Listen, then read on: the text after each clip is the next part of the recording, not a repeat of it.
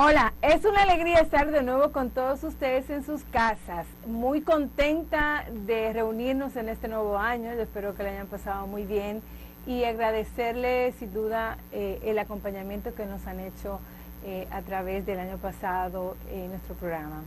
Hoy vamos a hablar de un tema que hace un tiempecito está creando un poco de inquietud en los padres y tiene que ver con las dificultades que se están registrando en el sueño, en la calidad del sueño, tanto de los niños como de los y las adolescentes. Esto tiene que ver con hábitos inadecuados de sueño, tiene que ver también por el tema de que muchas veces tienen la computadora en la habitación, y hemos invitado al doctor Pablo Smester, quien es un especialista en trastornos del sueño, para que nos hable sobre estas situaciones y los distintos estudios que se pueden realizar para detectar si este problema que se presenta en los y las adolescentes y también en los niños es un problema tan solo por los malos hábitos o si está asociado a alguna otra patología. Entonces, con nosotros el doctor Pablo, que nos va a hablar de este tema que nos interesa a todos. Pablo, qué bueno que estés aquí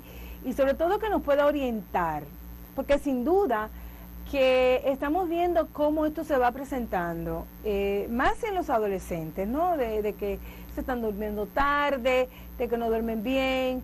Esto afecta quizás su desarrollo tanto en la escuela como quizás en un trabajo que puedan tener. Y yo entiendo que es importante que nosotros le orientemos a la familia a cómo esto se debe de tratar y si hay alguna enfermedad asociada. Sí, claro que sí. Primeramente, honrado de estar aquí, gracias por la invitación. Y efectivamente, actualmente la vida ha cambiado mucho.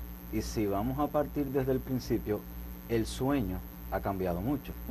Nosotros tenemos entendido que el sueño es un proceso pasivo que no involucra actividad, cuando en realidad se ha demostrado que el sueño es todo lo contrario. Es un proceso sumamente activo, donde el cerebro, si lo pudiésemos decir así de un lenguaje llano, nos engaña soñando para hacer sus actividades reparadoras del organismo, para poder asociar ideas, hacer creaciones, lo aprendido, afianzarlo. O sea que el sueño tiene su finalidad y el cerebro nos engaña soñando para poder hacer los trabajos que necesita hacer. O sea que el sueño que realmente tiene una función, porque pensamos que solamente es para que el cuerpo descanse y se llama como una pequeña muerte, porque correcto, te olvidas de todo. Sin embargo, en ese proceso se van haciendo una serie de todas esas actividades que tú expresas. El cuerpo descansa, los músculos descansan, pero el cerebro y toda la parte cognitiva funciona y funciona a total capacidad.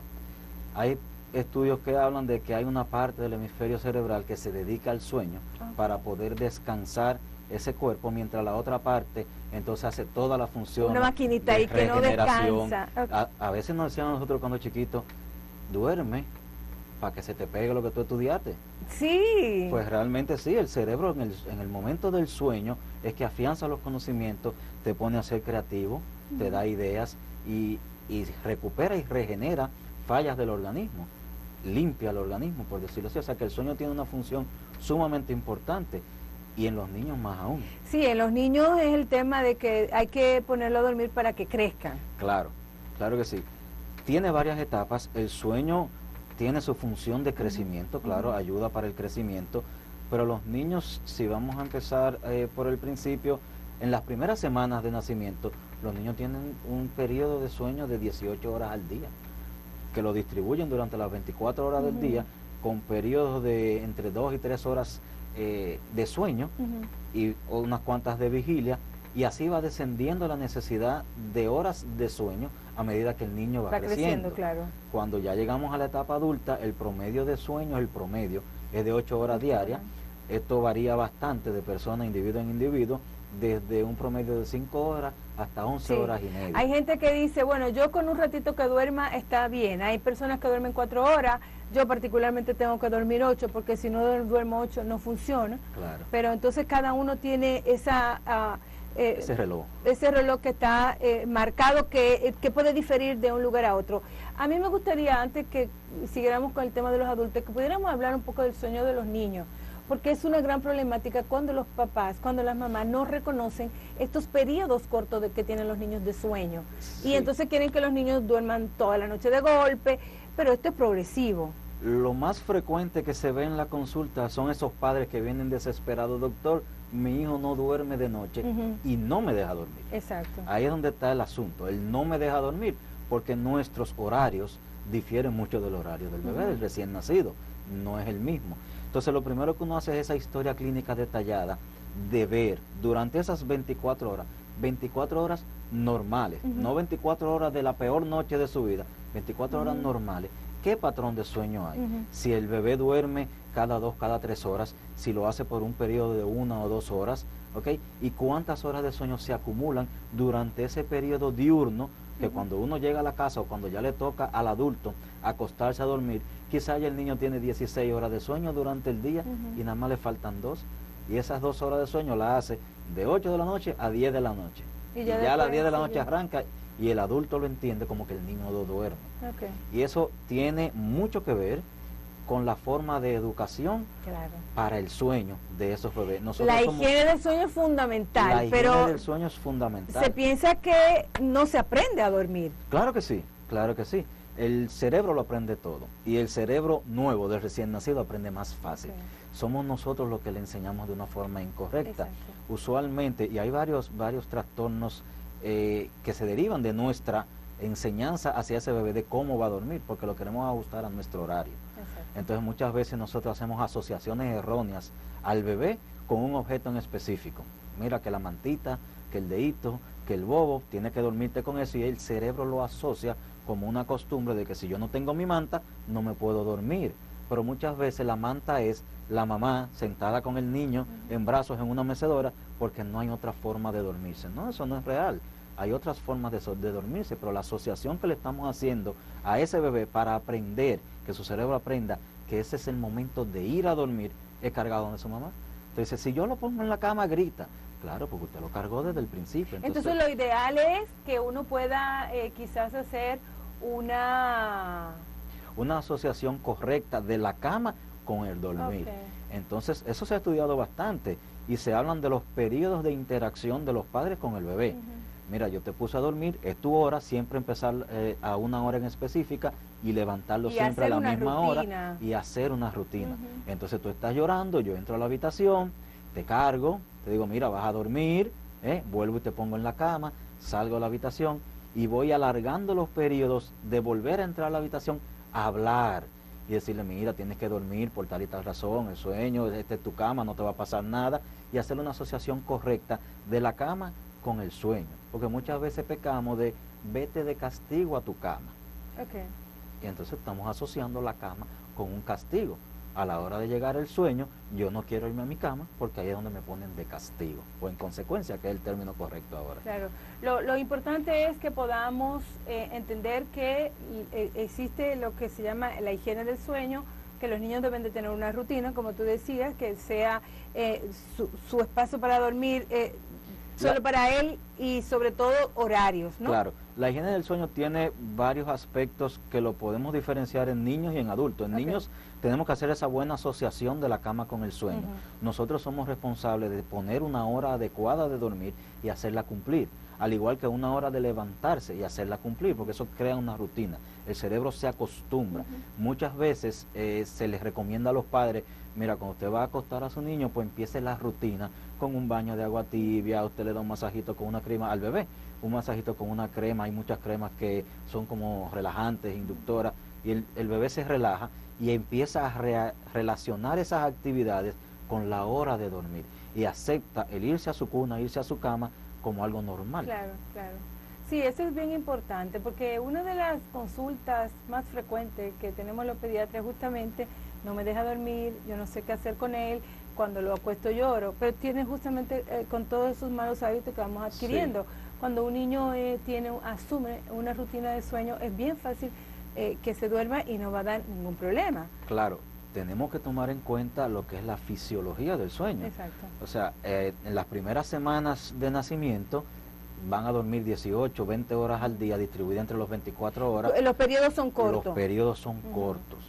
Una hora y media o dos, una quizás, hora y media duran entre 4 y 5 horas en vigilia y vuelven y caen en sueño 1 o 2 horas. Tenemos que poder acostumbrar y ajustar nuestra rutina a la del bebé. Por eso antes decían, la mamá duerme cuando el bebé duerme. Exacto. El ajetreo de vida hace ahora que la mamá trabaje y haga los quehaceres del hogar y limpie el reguero cuando el bebé duerme. Entonces no tiene el descanso necesario y en la noche, que entiende que es su rutina para dormir, no encuentra ese descanso porque ya el bebé terminó su sueño y empieza un ciclo nuevo. Ahora, a medida que el bebé va creciendo, el niño va creciendo, las horas de sueño son menos necesarias, pero empieza a jugar un papel hormonal. La melatonina, el cortisol empieza a generarse a los 3 meses de vida y por eso es que empieza ya el ciclo sueño-vigilia, y ya a partir de los 3 meses es que el niño puede decir, bueno, yo tengo hora nocturna de dormir de 10, 11 horas y me puedo acostar a las 12 de la mañana, a las 12 de la noche y levantarme a las 6 de la mañana. Y ahora donde los padres dicen, ay, después del 3er mes mi hijo duerme la noche entera. Claro, empieza a producir ciertas hormonas que son las hormonas inductoras del sueño y también inductoras de la vigilia. Okay. Una pregunta que me imagino se hacen las mamás, si quiero que me la responda, es ¿hasta cuándo los niños deben de dormir en la tarde? Porque sí, para completar ese descanso se ha hecho una costumbre que los bebés, los niños más pequeños, tengan 2 siestas, una en la mañana y otra en la tarde. Eso es recomendable y saludable hasta los 3 años. Okay. Pueden tener 2 siestas, una en la mañana y una en la tarde, con su periodo nocturno de sueño normal.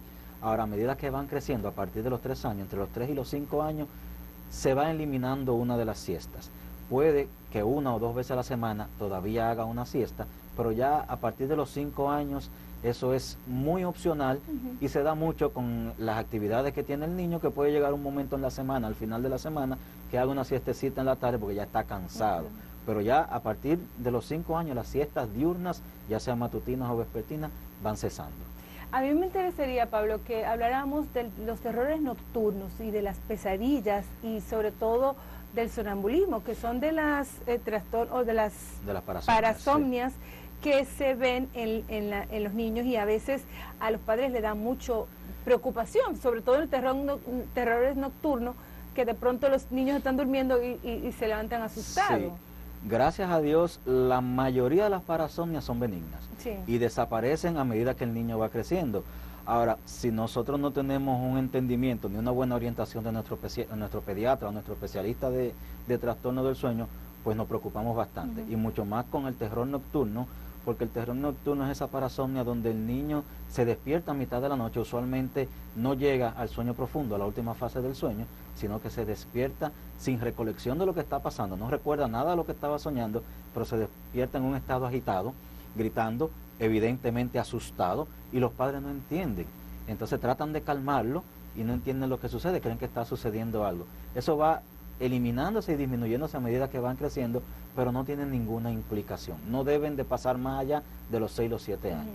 Ya las pesadillas, pues sí, son asociaciones que hace el cerebro con eventos que sucedieron durante el día, cosas que oyeron, cosas que vieron, y sí las sueñan. Y sabemos que los sueños son, ¿verdad? Y la forma que tiene el cerebro de recrear las cosas no es la misma forma en la cual nosotros las vemos.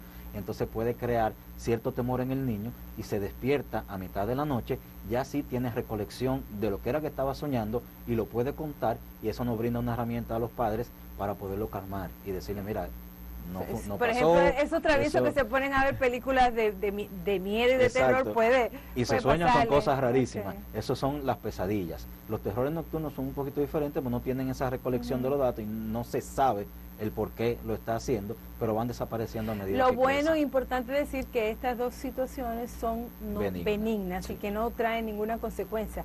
Pero hay una tercera, que son el sonambulismo. El sonambulismo es una de ellas, y la somniloquia también. El sonambulismo, lo que hablan. Claro, el sonambulismo es una de las parasomnias donde el niño se levanta y camina. Sí. Ese asunto de que no se puede despertar al que anda sonámbulo, porque se muere. No, eso no es real. Sí puede haber un estado de cataplexia, son unos de los trastornos del sueño, donde el niño pierde la tonicidad muscular, pero el sonambulismo es frecuente, también es benigno. El niño se levanta, hace cosas que hace normalmente, porque es una rutina que tiene el cerebro, puede ir al baño, puede ir a la cocina, puede buscar agua, y después al otro día no se recuerda de nada. La somniloquia es cuando los niños hablan de noche, durmiendo, hablan y hacen sus retajilas y lo de cosas. cuentan todo. Lo cuentan todo, pero eso se ven los adultos también. Hay adultos que hablan de noche. Que son peligrosos, eso que hablan bueno, dormido. Hay que ver hasta qué punto, ¿verdad que sí? Pero no tiene ninguna implicación a nivel de órgano, ¿verdad? No tiene ninguna implicación grave. Y también está lo que es la eneuresis, son aquellos niños que se orinan en la cama, que lo pueden hacer, se circunscriben dentro de los trastornos del sueño. Ah, sí, se consideran. Sí, se consideran dentro de los trastornos del sueño y hay que buscarle la causa. No siempre es una causa del sueño per se da durante el sueño, pero algo está pasando. Sí, pues si se asocia con sueño muy profundo o también con algún tipo de problema de vejiga. Puede ser de problema de organicidad, exactamente, pero la mayoría de los casos son problemas psicológicos, algo que está pasando con la familia, algún trastorno que hay, y es cuando los bebés, los niños se orinan en la cama y eso tiene corrección sumamente fácil. Sí, hablando de ese tema, es importante que los padres sepan que no es por haraganería, sino sencillamente hay diferentes situaciones que provocan que se hagan pipí en la cama y no hay que pegarle, absolutamente, lo que hay que llevarlo al médico para determinar cuál es la causa. Interesantísimo este tema, hablamos sobre los trastornos del sueño, en este segmento hablamos de los trastornos del sueño en los niños, vamos a ir a un corte comercial y enseguida continuaremos con los trastornos del sueño en los adolescentes.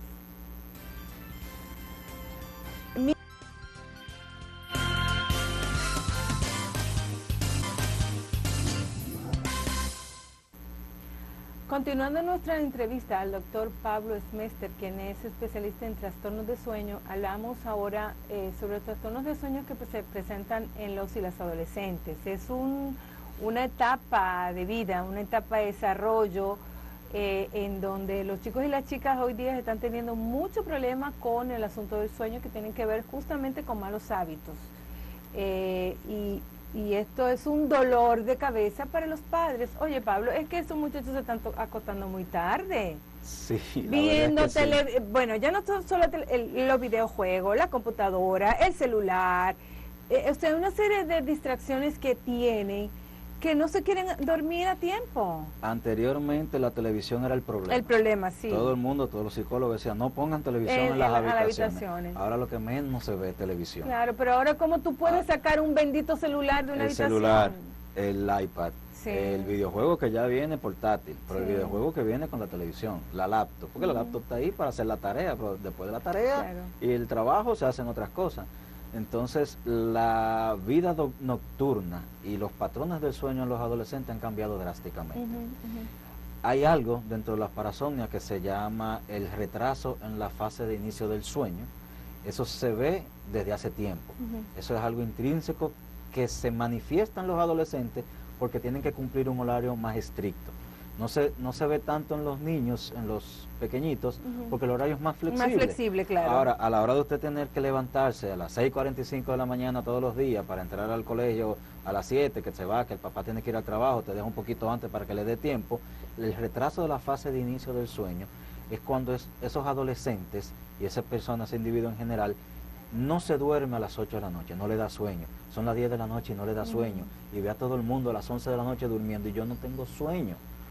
No es un problema de él de que está haciendo actividades, se puede relacionar en algún punto con la cafeína, con la alimentación y ciertos factores extrínsecos, pero viene dentro del individuo y es un trastorno ya estudiado y que se trata más con terapia conductual, terapia conductual que con otra cosa, pero a ese paciente le dan las 12 de la noche y no se puede dormir, se logra dormir a la 1, a las 2 de la mañana de forma natural, pero a las 6:45 se tiene que levantar. Pero eso es un patrón que se presenta en los adolescentes. Se manifiesta, puede tenerlo los niños, pero se manifiesta en los adolescentes porque ya tienen más estricto un horario preestablecido que tienen que cumplir y también tienen que ajustarse a cierto horario de sus padres para poder cumplir los de ellos. Porque justamente por esta situación se está llevando a cabo un cambio de horario en algunos estados de Estados Unidos, reconociendo justamente esta dificultad que tienen los y las adolescentes para conciliar el sueño a determinada hora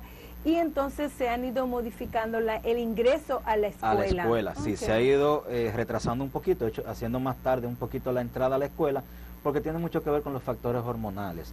La melatonina es la que tiene que subir para inducir al paciente al sueño cuando baja la luz natural, por eso es que uno duerme de noche. Okay. Ahora, si tiene un retraso en ese aumento de la melatonina, que puede muy bien adjudicarse a factores externos como el iPad, la luz que genera el iPad, la televisión, la tarea tarde, el amanecer estudiando, impide que ese efecto natural de inducción del sueño se produzca y el adolescente se duerme más tarde.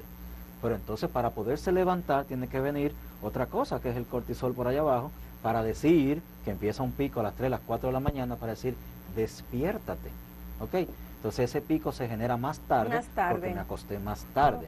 Entonces son esos adolescentes que van a la escuela y en las primeras horas de clase están durmiendo, ya están cansados, no rinden. Si tienen un examen temprano, les va mal. Entonces se busca ayuda, que él no se duerme, que él no se ajusta, que es indisciplinado, que vive durmiendo en la clase. Muchos trastornos de hiperactividad y déficit de atención lo adjudican por ahí, siendo realmente un trastorno que tiene que ver, que tiene el sueño de base, y se adjudica por ahí, terminan pacientes tratados medicamentosamente y todo, y no se corrige el problema. Y como bien usted dice, en Estados Unidos han estudiado este fenómeno del problema del retraso de la fase del sueño, y han determinado que si iniciamos un poquito más tarde las clases, y decimos las clases porque es lo que tienen que cumplir los adolescentes de forma obligatoria, les va mejor. Y de hecho el estudio habló alrededor de 7,000 y pico de pacientes y tuvo una tasa de éxito de aproximadamente un 93%. No solo del adolescente que tenía mejor rendimiento, porque no tenía que levantarse tan temprano, se levantaba un poquito más tarde de forma más natural, llegaba a tiempo a clase porque se iniciaba un poquito más tarde, rendía mejor en las primeras horas de clase, rendía mejor durante el día, los profesores les iba mejor, porque los profesores también entraban un poquito más tarde si era el caso, pero podían hacer más cosas y preparar mejor su clase en esas horas de trabajo antes del inicio de la clase. O sea, tuvo una tasa de aceptación global de un 93%, y ya en la mayoría de los estados de Estados Unidos, aunque se salga un poquito más tarde del colegio, 2:30 de la tarde, se entra un poquito más tarde. Sobre todo en esta etapa en la adolescencia. En la adolescencia. En la adolescencia lo hicieron porque, como le digo, se manifiesta más en el adolescente, pero se puede producir en los niños en sentido general. A mí me gustaría que antes de pasar a otro tema, tú dijeras algo a los padres, porque la verdad que es una lata, es un problema cuando tú tienes un adolescente que es la 1 de la mañana y que todavía está dando vuelta en la casa y tú dices, pero bueno, ¿qué voy a hacer con él? Yo me imagino, y de eso vamos a hablar en el siguiente segmento, de los estudios y de los tratamientos que se pueden hacer. Pero me gustaría que, sin antes pasar a otro tema, que pudiéramos darle alguna recomendación a los padres al respecto. Bueno, hay varias cosas. La primera es entender hasta qué punto es necesario que el adolescente, esa actividad de trabajo, por decirlo así, de su tarea, de sus responsabilidades, tenga que hacerla en la noche.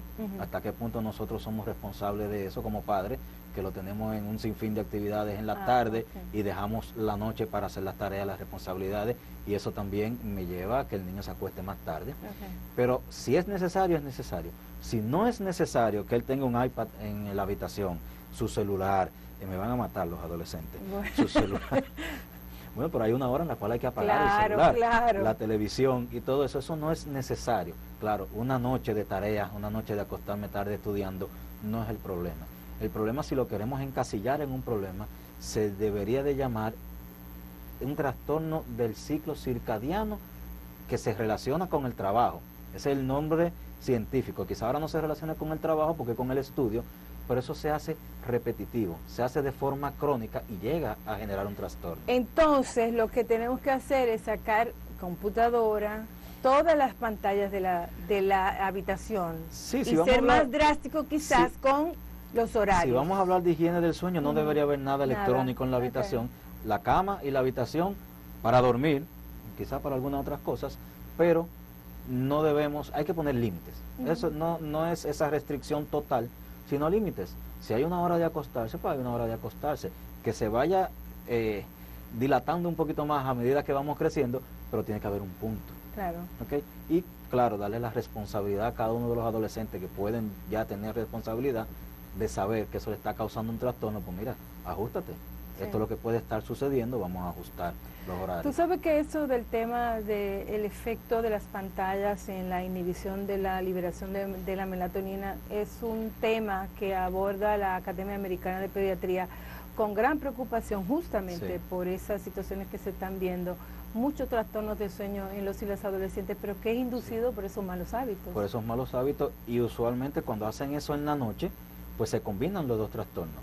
Yo no subo la melatonina por la brillantez de la pantalla, pero yo estoy trabajando de noche, por eso es que no sube la melatonina. Entonces se convierte y se combina con el trastorno del cambio del ciclo circadiano relacionado al trabajo. Okay. Y eso es un doble trastorno. Wow, es bien complicado. Y nosotros Sí. que la pensábamos que era tan No es tan fácil. ¿Cuál otra condición se puede ver en los adolescentes respecto al sueño?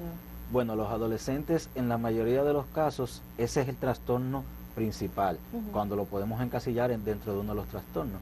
Pero ya podemos hablar de la insomnia. Por ejemplo, los adolescentes sufren mucho de insomnia, precisamente porque tienen todo un periodo de malos hábitos del sueño, no tienen una higiene del sueño adecuada.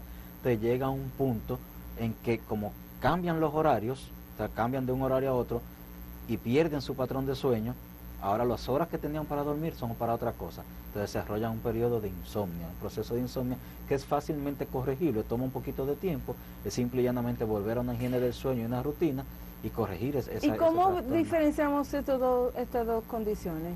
Lo que veníamos hablando anteriormente de no dormir, de dormirse tarde y con la insomnia. Es sumamente fácil. El retraso en el inicio de la fase del sueño, el adolescente o el paciente se duerme. Y se duerme de forma natural, lo único que lo hace un poquito más tarde. Y le da más trabajo levantarse a las horas convencionales que le toca levantarse. Pero la insomnia no se puede dormir. ¿Ok? El del retraso de la fase no se quiere dormir porque no tiene sueño. El otro no puede dormir aunque tenga sueño. Entonces es un poquito más incómodo, pues si yo tengo sueño, pero yo me acuesto y estoy contando pajaritos y me dan las 4 de la mañana y sigo contando pajaritos. Y cuando me duermo, pues no me duermo muy profundo, aunque pueda dormir el día entero, ya a las 8 estoy despierto. Entonces tienen un problema de insomnio y eso sí también es tratable. Claro, hay que buscarle causas que se puedan relacionar con ello, y para eso están los diagnósticos, los estudios diagnósticos que hacemos para ver cuál es el origen de esto. En la mayoría de los casos, en los adolescentes y en los niños, los tratamientos de estos trastornos son con terapia conductual. Algo está sucediendo que tenemos que cambiar esos patrones una vez lo identifiquemos, y con esa terapia conductual se corrige el problema.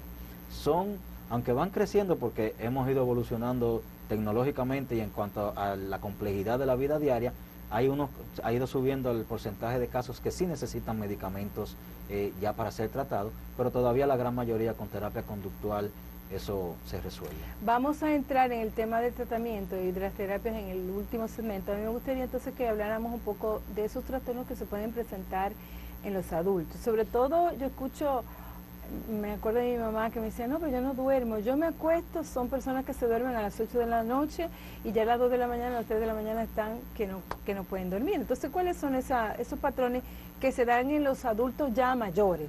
Sí, bueno, como dijimos al principio del programa, las horas de sueño en el paciente adulto van desde 6 horas y media hasta 11 horas y media. Lo ideal es que cada quien busque cuántas horas necesita para despertarse relajado, descansado y rendir el día completo. ¿Okay? Es una población, un porcentaje muy mínimo de la población que dice, yo con 4 horas me paso el día bien. Es un porcentaje muy mínimo, pero, por eso es que hay un grupo. Ahora, a medida que vamos envejeciendo y vamos entrando ya en edad, sí disminuye un poquito la necesidad de las horas del sueño. Se duerme con un poquito más de calidad y menos horas. Entonces, por eso es que el paciente adulto mayor dice, no, mira, yo dormí 5 horas y ya con eso a mí me da.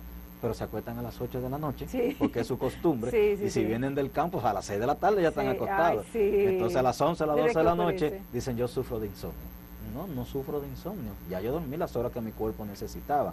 Entonces ahí volvemos otra vez a la higiene del sueño, la rutina. Vamos a hacer un esfuerzo y no nos vamos a acostar a las 6 de la tarde, sino que vamos a acostarnos un poquito más tarde. Claro. Vamos a eliminar las siestas. Los pacientes adultos y más los adultos mayores hacen siestas. Entonces ya yo estoy robando sueño de la noche y lo estoy cogiendo en el día. De esas 5 horas, 6 horas que yo necesitaba en esas 24 para despertarme fresco y descansado, ya cogí 2 para una siesta después de comida, o a las 5 o 6 de la tarde.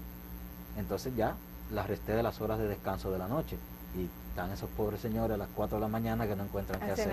A mí me gustaría, Pablo, que antes de irnos al siguiente corte, tú me hablaras un poquitito cortito de la siesta, porque está de moda. Está de moda. Se está estudiando cómo la siesta tomada unos cuantos minutos de descanso reactiva nuevamente el cuerpo y la gente se pone más Sí, las avispada. siestas son muy buenas para esa situación, siempre y cuando usted no tenga un trastorno del sueño. Porque si yo tengo un trastorno del sueño y estoy durmiendo una siesta en el día, como yo le digo al cuerpo, duérmete 8 horas de noche, ya dormí 2, dormí 1. Entonces el cuerpo te va llevando me nota. ya va pasando factura. Okay. Exacto. Entonces, en los pacientes con trastorno del sueño, las siestas No no se son recomienda. recomendadas. No son recomendadas porque yo quiero que tu cuerpo llegue al momento de dormir, a la rutina del sueño, a la higiene del sueño, sin deberle nada a nadie. Yo necesito dormir todas mis horas. Si ya la cogí adelante, ya la cogí adelante. Entonces, en el adulto mayor que no tiene un trastorno del sueño, sí puede hacer sus dietas, son revitalizantes. Tú puedes salir a mitad de la tarde ya otra vez rejuvenecido con media hora, 1 hora de siesta, pero si eso te resta calidad de sueño y cantidad de sueño en la noche, no son recomendadas. Bueno, los españoles con su siesta no comen cuento. De 12 a 3 de la tarde se olvídate. Y también he visto cómo se está motivando en algunas empresas en Japón a dormir durante el periodo de trabajo, porque se ha visto que sí aumenta la productividad en los trabajadores. Siempre y cuando no haya un trastorno. Perfecto. Vamos a ir a un corte comercial. Al regreso vamos a hablar sobre los diagnósticos, cómo diagnosticar cuando hay un real problema del sueño y qué tratamiento se da. Volvemos en breve.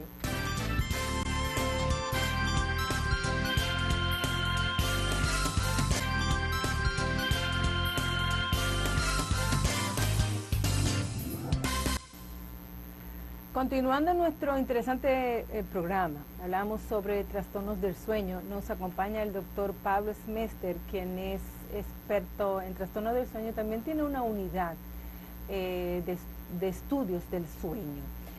Antes que hablemos de tu unidad y de lo que se puede hacer en estos trastornos, hay un tema también importantísimo que me parece oportuno abordar, y es el tema de la apnea obstructiva, tanto en los niños como también las apneas que hacen mayormente las personas que están gorditas,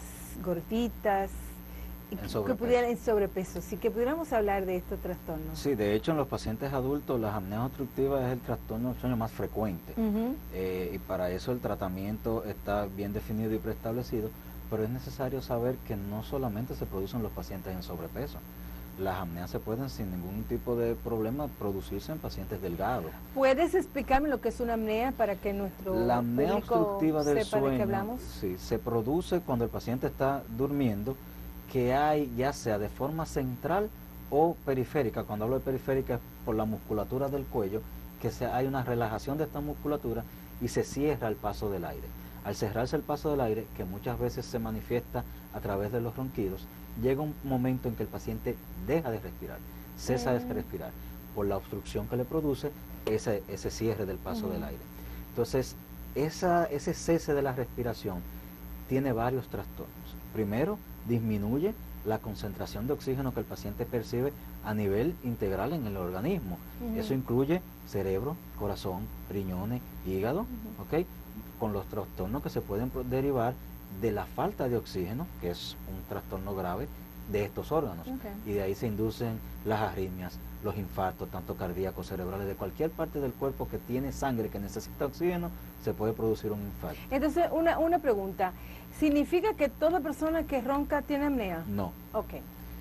La mayoría de los pacientes que tienen apnea roncan, pero no todo el que ronca tiene apnea. Entonces, ¿cómo una persona puede sospechar que tiene apnea? Porque a lo mejor yo estoy durmiendo y bueno, no me doy cuenta. La forma más frecuente de sospecha en los pacientes adultos lo hace, si el paciente lo tiene, la pareja del paciente. Que tanto le dio el agua a la piedra hasta que le hizo un hoyo y el paciente fue a la consulta a ver qué era lo que le pasaba. Doctor, él no duerme, ronca de noche y deja de respirar, yo creo que se muere. O sea, son gente que va y entonces hacen un silencio. Hacen una pausa, dejan de respirar y su pareja... Entonces ese silencio es la apnea. No es que deja de respirar por momento y después continúa, sino que es que no deja de roncar por momentos, sino que deja de respirar. Deja de respirar. Y cuando el cerebro da la orden de volver a respirar nuevamente, lo hace de forma tan brusca, porque no tenía oxígeno, que lo hace con un ruido totalmente diferente al del ronquido normal que tiene. Y eso le da la alerta a la pareja. Ahora bien, si la persona no tiene pareja, ¿cómo se puede tener una sospecha de esto? Pues como la mayoría de los trastornos del sueño pasan un peaje. En el día, el paciente tiene sintomatología de que algo está ocurriendo.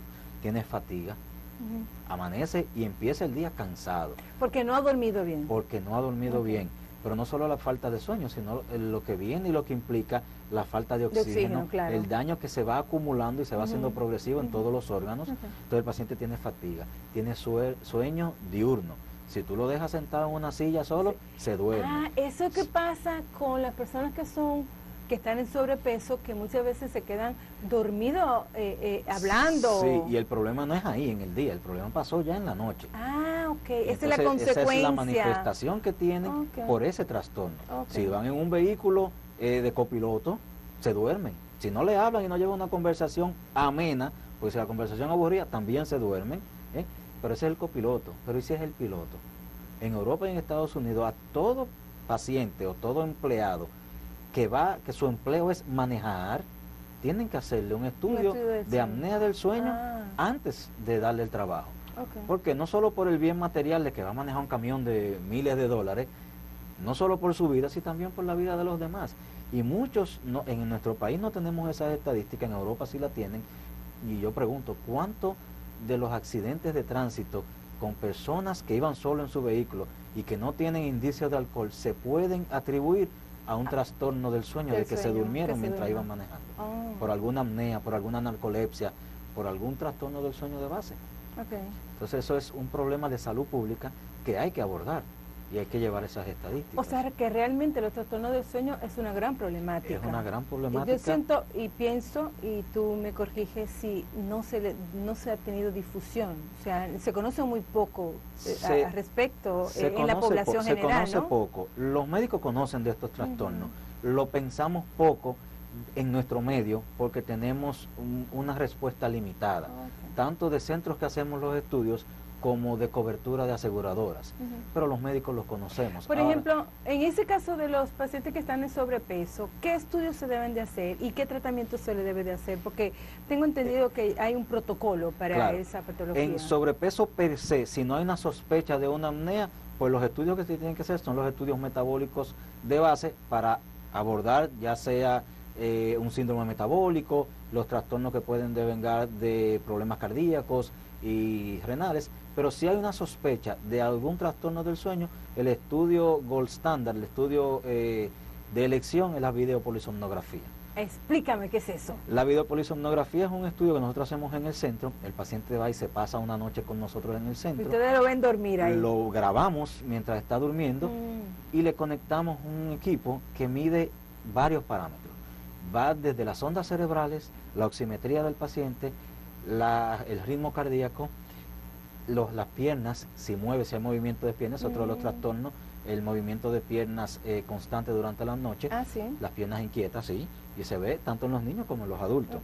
Medimos los movimientos oculares, para poder determinar cuando el paciente está durmiendo, cuando está soñando en las diferentes etapas del sueño. Medimos la respiración. Yo creo que tenemos algunas imágenes que podríamos ir viendo de estos estudios que se realizan. Si lo pueden poner, por favor. Sí, y el paciente se pasa la noche completa con nosotros en el centro. Tenemos una habitación preparada para estos fines, con todas las comodidades que puede encontrar en una habitación de un hotel, y le damos un diagnóstico, que lo puede tener tan pronto como al otro día. Y ese diagnóstico lo que buscamos es los diferentes trastornos del sueño que el paciente adulto puede presentar, aunque trabajamos con los niños también, cuál trastorno del sueño está presentando. Y en consecuencia de este diagnóstico, o instauramos un tratamiento que en la mayoría de los casos en los pacientes con sobrepeso, por la apnea obstructiva del sueño que presentan, se consiste en un equipo que te da aire continuo a presión positiva. Es la famosa máquina que se llama el CPAP, que te mantiene aire a presión positiva y con esto te mantiene todo el tiempo las vías aéreas abiertas. Entonces, en el dado caso que se vaya a producir una apnea... Eso lo estamos viendo, es el famoso que estamos viendo. En el dado caso que se vaya a producir una apnea, al tener la presión positiva de aire, manteniendo las vías aéreas abiertas, lo evita. Este aparato, desde la primera noche de uso, los ronquidos desaparecen totalmente. Ahora, las apneas sí lleva, porque eso es un índice que se mide durante la noche, cuántos episodios de apnea y qué tiempo duraron cada apnea, pues eso va disminuyendo a medida que se usa el equipo. El equipo es de por vida, eso ¿Sí? no se cura, no se cura. Hay ¿no? cirugías que trabajan problemas de adenoide, de tejido linfático, linfoide y todo ese tipo de cosas, pero si luego de la cirugía el problema persiste, es el equipo lo que hace. Se hace el estudio de la videopolisomnografía y se trabaja con el equipo de CPAP. ¿En qué otras patologías que hemos estado hablando, esas las patologías anteriores que hablábamos de los niños y las niñas y de los adolescentes, no requieren de estos estudios o sí? ¿Cuáles Sí, son de ellos? por ejemplo, en aquellos niños en que sospechamos un proceso de obstrucción, se puede dar el caso, hay dos vertientes, va a depender de si el niño ronca o no ronca. Si el niño no ronca, pues lo ideal es trabajar un proceso que está muy controversial, que es medirle la concentración de oxígeno durante la noche. Eso da mucho falso positivo. Se prefiere de inmediato trabajar la parte de la videopolisomnografía, hacer el estudio del sueño, que me da un 100% fidedigno cuál sería el diagnóstico, e instaurar un tratamiento. Eso es si el niño no ronca. Ahora, si el niño ronca, puede ser una de dos, ya un trastorno per se del sueño por una apnea, o que sea las famosas adenoides, una proliferación de tejido linfático, que haya linfoide que haya que operar. Entonces ese paciente se refiere al otorrino para que dé su diagnóstico. Si es cirugía el asunto, se trabaja con cirugía. Y luego, si el problema persiste, se hace el estudio. Ahora bien, hay casos en que el paciente es muy pequeñito y como el tejido todavía puede seguir creciendo, y aunque usted lo opere en 6 meses, 4 meses, el tejido vuelve y crea el problema, pues se prefiere iniciar con el estudio, la colocación del equipo y postergar la cirugía cuando ya esta pueda ser definitiva. Ok, o sea, a un niño pequeño se puede poner un CPAP. Se puede poner un CPAP, claro que sí. Hay otras patologías que se asocian con trastorno del sueño, pero que están relacionadas con otros tipos de enfermedades, ¿no? Bueno, sí, dentro de los trastornos del sueño ya más del adulto, viene desde niño, pero tenemos la narcolepsia. La narcolepsia es poco frecuente en nuestro medio, no se ve mucho, que es aquel paciente que, como yo está hablando ahora mismo, y se duerme. Me dormí. Y ya es un trastorno del sueño que también se corrige, lleva el equipo, lleva tratamiento médico, y es muy poco frecuente. Es muy poco frecuente, pero si el paciente tiene un trabajo, una labor que involucra que eso pueda poner en peligro a otras personas, hay que hacerle el screening con el estudio anteriormente. Eso te iba a preguntar, ya un poco redondeando nuestra conversación, finalizando, me gustaría que entonces tú puntualizaras cuáles son esas condiciones que requieren que se estudie su sueño, su calidad de sueño, que se le haga la polisomnografía. Sí, nosotros tenemos 2 escalas que le damos a los pacientes en la primera visita. Una es la escala de somnolencia diurna y la otra es la escala de fatiga. La mayoría de las personas confunden lo que es un trastorno del sueño con un problema de fatiga, porque trabajan mucho. No, doctor, yo trabajo mucho y me paso el día cansado. Bueno, eso puede suceder y eso se corrige tan fácil como que deje de trabajar. Tanto. Ahora, si yo estoy confundiendo la fatiga con una hipersomnolencia diurna, eso es un problema. Entonces hay una serie de preguntas, como el ejemplo que puse ahorita, si está sentado en una silla y se duerme, eso se da una puntuación. Si estoy en un vehículo y me duermo, si estoy leyendo un libro y me duermo, si tengo fatiga durante el día, me siento cansado, siento que no estoy rindiendo como debo de rendir, se hace una sumatoria de toda esa escala de somnolencia y da una alerta de una probable sospecha de un trastorno. Entonces ahí pasamos a la parte del diagnóstico, que es el estudio. Que es el estudio. Entonces, ¿qué recomendaciones tú le das a las personas respecto a su higiene de sueño y sobre todo qué deben de tomar en cuenta para reconocer que exista un trastorno? Si vamos a todo el espectro, a los padres de los niños que empiecen a ver si hay un problema de asociación conductual de parte de los padres con el niño, para que puedan llegar a un diagnóstico per se y ver que no es una patología del niño. Y a los adultos sí, llevar una rutina, y a los adolescentes que se circunscriba a la higiene del sueño. Crear los pasos adecuados para que el cerebro sepa que cuando yo empecé por aquí, voy camino a dormirme. Y entonces se crea esa rutina y el sueño sea lo más higiénico y reparador posible. ¿Cuáles son los que tienen que ir a verte finalmente? Todo aquel que ronque, todo aquel que tenga fatiga durante el día, todo aquel que cree que no rinde, todo aquel que manifiesta cualquiera de los trastornos que hemos hablado aquí, pues puede irnos a ver. Y aquel que ha dado vueltas con todos los médicos y no encuentra por qué se siente así durante el día, también nos puede ir a ver. Bueno, yo pienso que este ha sido un programa bastante educativo respecto a los distintos trastornos de sueño que podemos encontrar en las distintas etapas de la vida. Gracias, Pablo. Gracias a usted por esta amplia explicación que tú nos has dado, y a usted, si usted se reconoce en una de estas situaciones que hemos descrito, pues sin duda busque ayuda. Gracias por su compañía y nos vemos la próxima semana. Un abrazo. Tema que nos interesa a todos. Pablo, qué bueno que estés aquí y sobre todo que nos pueda orientar, porque sin duda que estamos viendo cómo esto se va presentando, más en los adolescentes, ¿no? De que se están durmiendo tarde, de que no duermen bien. Esto afecta quizás su desarrollo tanto en la escuela como quizás en un trabajo que puedan tener. Y yo entiendo que es importante que nosotros le orientemos a la familia a cómo esto se debe de tratar y si hay alguna enfermedad asociada. Sí, claro que sí. Primeramente, honrado de estar aquí, gracias por la invitación. Y efectivamente, actualmente la vida ha cambiado mucho. Y si vamos a partir desde el principio, el sueño ha cambiado mucho.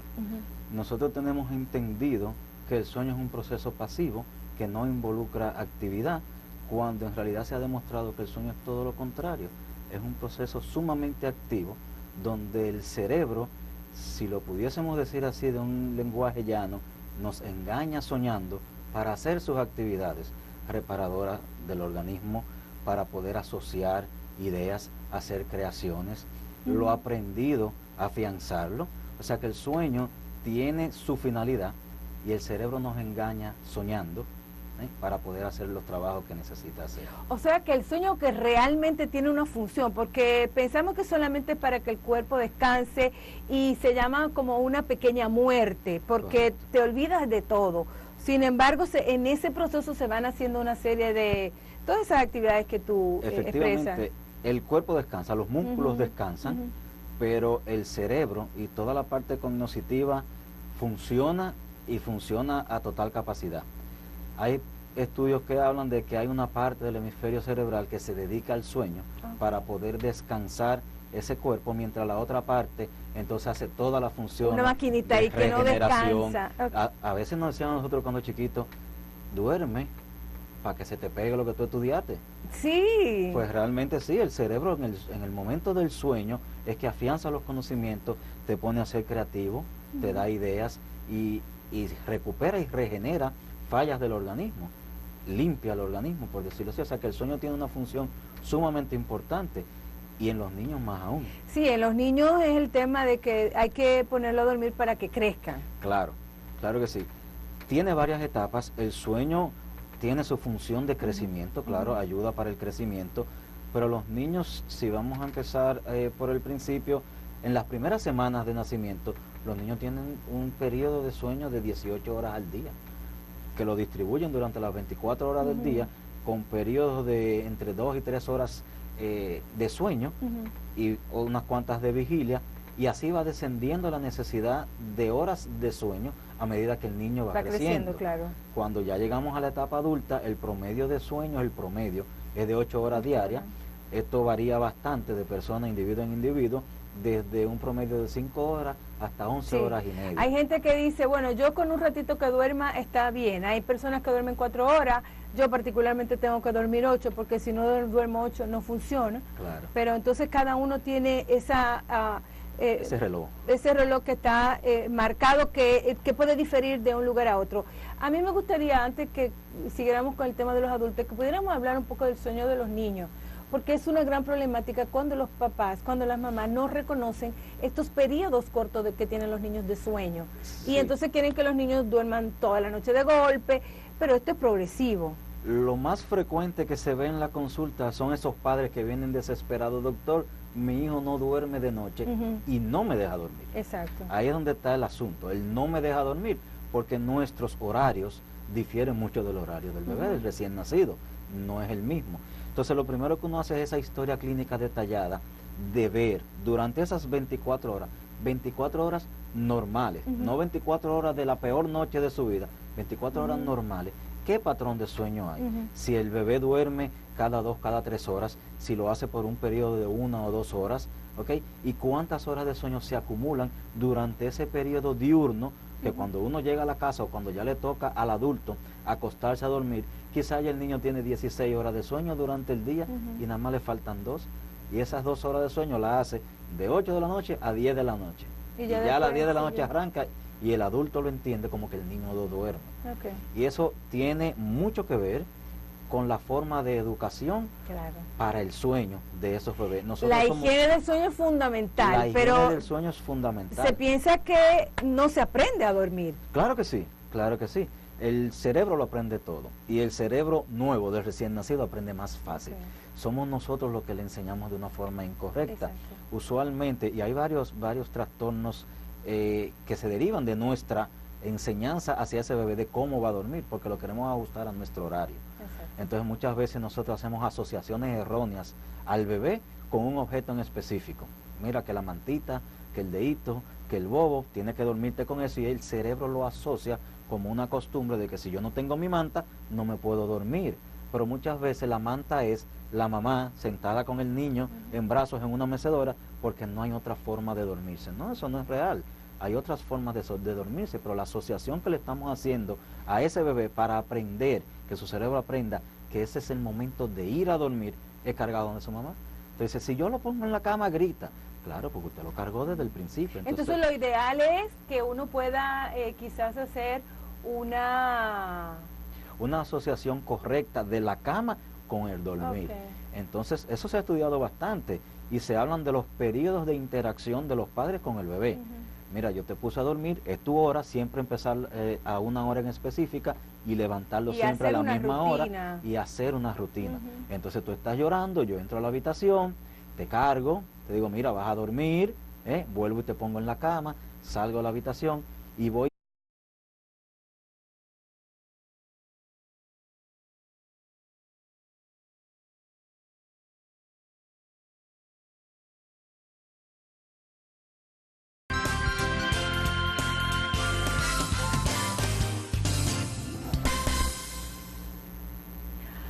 Hola, es una alegría estar de nuevo con todos ustedes en sus casas. Muy contenta de reunirnos en este nuevo año. Yo espero que le hayan pasado muy bien y agradecerles sin duda el acompañamiento que nos han hecho a través del año pasado en nuestro programa. Hoy vamos a hablar de un tema que hace un tiempecito está creando un poco de inquietud en los padres y tiene que ver con las dificultades que se están registrando en el sueño, en la calidad del sueño, tanto de los niños como de los y las adolescentes. Esto tiene que ver con hábitos inadecuados de sueño, tiene que ver también por el tema de que muchas veces tienen la computadora en la habitación, y hemos invitado al doctor Pablo Smester, quien es un especialista en trastornos de sueño, para que nos hable sobre estas situaciones y los distintos estudios que se pueden realizar para detectar si este problema que se presenta en los y las adolescentes y también en los niños es un problema tan solo por los malos hábitos o si está asociado a alguna otra patología. Entonces con nosotros el doctor Pablo, que nos va a hablar de este tema.